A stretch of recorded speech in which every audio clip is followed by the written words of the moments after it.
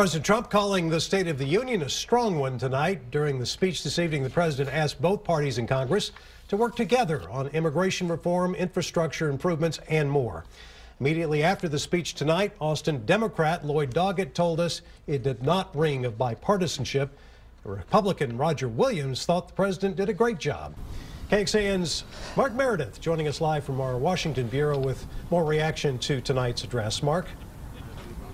Hey there, Robert. The reaction we're really going to want to see is what's going to come out for the next 24, 48 hours from polls across the country. Americans that were tuned in Texas also trying to find out what this speech is going to mean for them. You mentioned some of the topics, the economy that the president wanted to highlight, but there is another topic that I know Texans are following very closely, the immigration debate that remains a mystery as to what will happen next.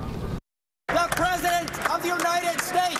In his first State of the Union address, President Trump told Congress and the nation that the American economy is getting stronger every day.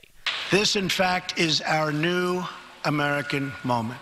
The president said last year's tax cuts are boosting consumer and corporate confidence. On immigration, the president encouraged Congress to compromise. The White House wants to build a wall on the U.S.-Mexico border.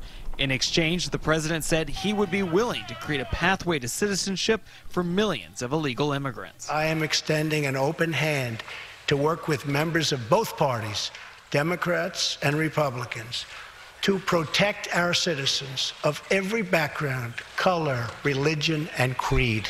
Democrats in the audience appeared unimpressed. Nearly a dozen lawmakers skipped the speech in protest, but the president said he's optimistic that Congress could agree on at least one idea, rebuilding America's infrastructure. Together, we can reclaim our great building heritage. On national security, the president said he'll reverse an Obama-era promise and keep open the U.S. terrorist detention facility in Guantanamo Bay, Cuba. During the speech, the president never mentioned the investigation into Russia's influence on the 2016 election. Instead, the White House hoped the speech would show the country the president is intent on leading the country forward.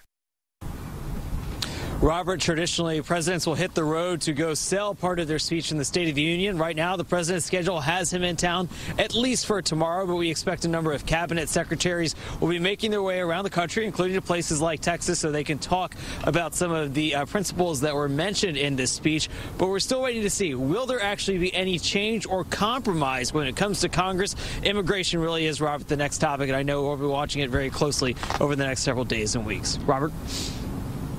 Mark Meredith live in Washington. Thanks so much.